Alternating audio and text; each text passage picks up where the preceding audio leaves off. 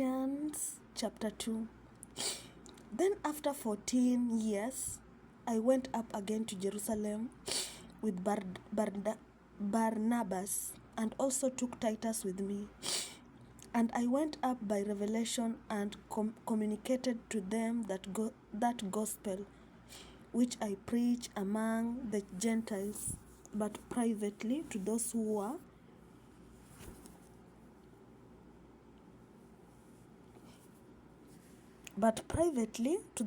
were of reputation, lest by any means I might run or had run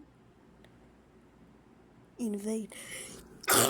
Excuse me. Yet not even Titus, who was with me, being a Greek, was compelled to be circumcised. And this occurred because of false brethren, secretly brought in, who came in by stealth to spy out our liberty, which we have in Christ Jesus, that they might bring us into bondage, to whom we did not yield submission, even for an hour, that the truths of the gospel might continue with you. But from those who seemed to be something, whatever they were, it makes no difference to me. God shows personal favoritism. It makes no difference to me. God shows personal favoritism to no man. God shows personal favoritism to no man. For those who seem to be something added nothing to me.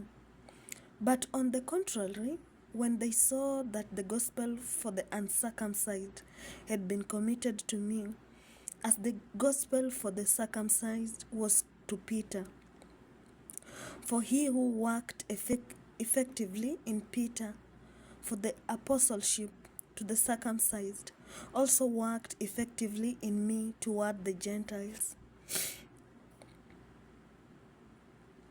And when James,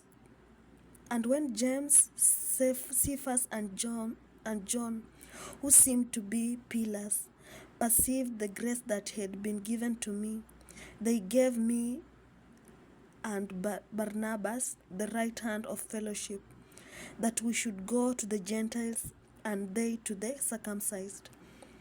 They desired only that we should remember the poor, the very thing which I also was eager to do. Now when Peter had come to Antioch, I withstood him to his face, because he was to be blamed. For before certain men came from James, he would eat with the Gentiles, but when they came, he withdrew and separated himself, fearing those who were of the circumcision.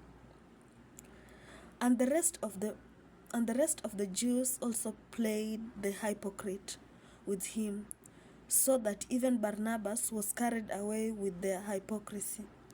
But when I saw that they were not straightforward about the truth of the gospel, I said to Peter before them all, if you, being a Jew, live in the manner of Gentiles, and not as the Jews, why do you compel Gentiles to live as Jews?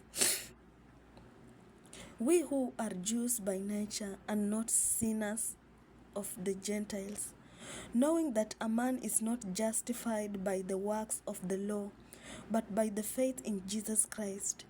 Even we have believed in Christ Jesus, that we might be justified by faith in Christ, and not by the works of the law.